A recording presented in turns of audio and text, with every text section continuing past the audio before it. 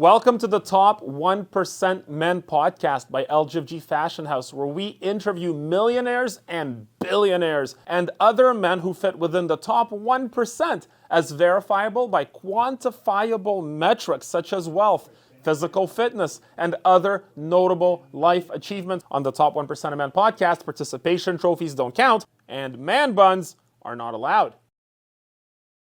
Cool, guys. All right, so Russell Peters. You guys know how this works. We get to ask people that are great in their field about things that they can share from a wisdom perspective. Russell, when a young comic or anybody comes to you and says, hey, like, I'm new, I suck at everything, but I want to get better, what's the first thing that comes to mind? Repetition. You got to keep doing it and doing it over. It doesn't matter what it is you're doing in life. You have to keep doing it over and over until you get good at it. It's the same thing with boxing, with jiu-jitsu, with comedy, with DJing. Anything I do, you have to just keep doing it until you keep getting better at it. Eventually, you just become better at it. Did you ever bomb? Oh, I still bomb. That's the beauty of comedy. You're never above bombing. You will always bomb. You will always have the opportunity to bomb. You could be the biggest name in the world, and you could still bomb. Is fear of failure something that comics talk about a lot? Well, yeah, we don't. That's why we try so hard on stage, because we don't want to fail. But I mean, like, one of the things I see, at least from my perspective, when people start in business, like young guys, they're afraid to actually fail. It's not that they don't want to succeed, they're just afraid to go look stupid. Well, failure is the best hindsight, because you look back and you figure out how you failed, why you failed, and then you move forward and try to correct that mistake. It's the same thing in comedy. I always tell guys, if they're like, you're working on something, record your set, watch it once, make the notes as to what you didn't like and what you did like, and then don't watch that set ever again. Then tape the next set and see if you corrected those mistakes. And never watch it more than once. Only watch it once, because your brain starts to think that's the way it's supposed to go if you watch it multiple times. That's interesting. Have you ever seen people that you think just quit too early? Like, they had it in them, they could have done it, but they shouldn't have quit, and they did. There's a lot of guys out there that I was like, why'd that guy quit? He was really funny. Why'd that person quit? They were, whatever the reason is, like, who knows? I know DJs that are incredible DJs, and they just quit. Like, why'd you stop? I got bored. But I guess they were so good at it, and it happened so easy for them that it wasn't a challenge. Okay. And it's puzzling, it's mind-boggling to me, because I know some really dope DJs that were just like, I got bored and I stopped doing it. I'm like, what? You have a skill set that people would die for. I would die for. But that's the way people, I guess people want to be challenged. Is it important, have you ever thought about this for you or for young comics, and is it important who you take advice from?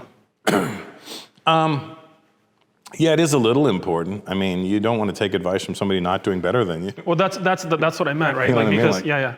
I mean, I got my advice from Carlin when I met him 31 years ago, and that advice stuck with me, and that's the same advice I pass forward to other people, because it makes sense. It's it's basically here's the playbook to getting better, and Carlin gave me that, and then I passed it forward to other people.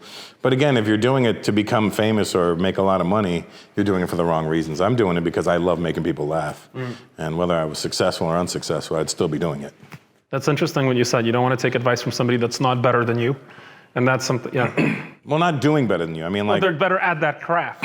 Yeah, I mean, it's, and if you are taking advice from somebody who's not better than you, then maybe it's a situation of those that can teach. Right. So that's also some way to look at it, another way to look at it.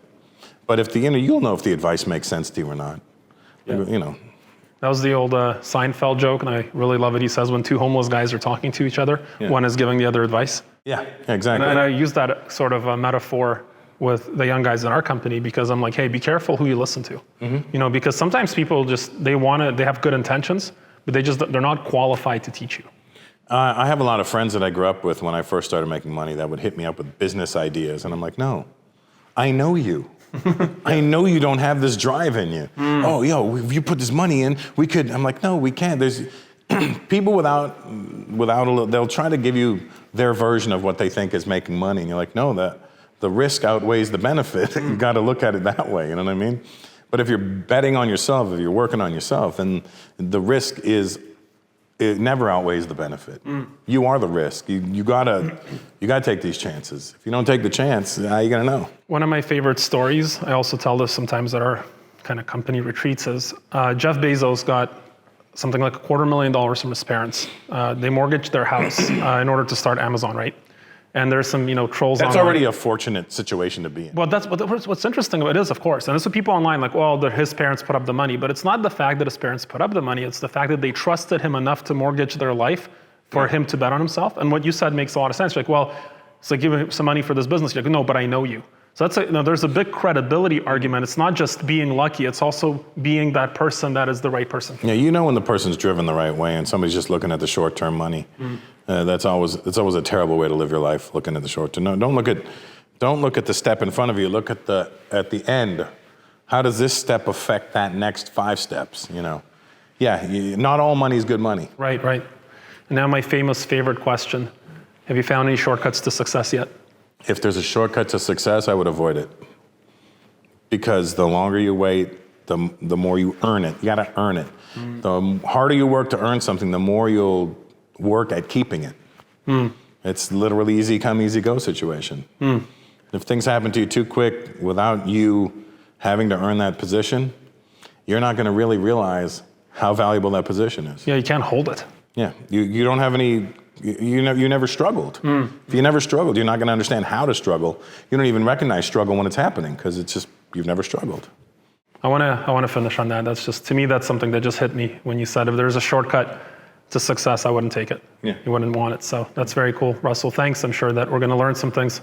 There's a lot to unpack in a short time. That's awesome. And like my friend Dimitri told me, fuck you.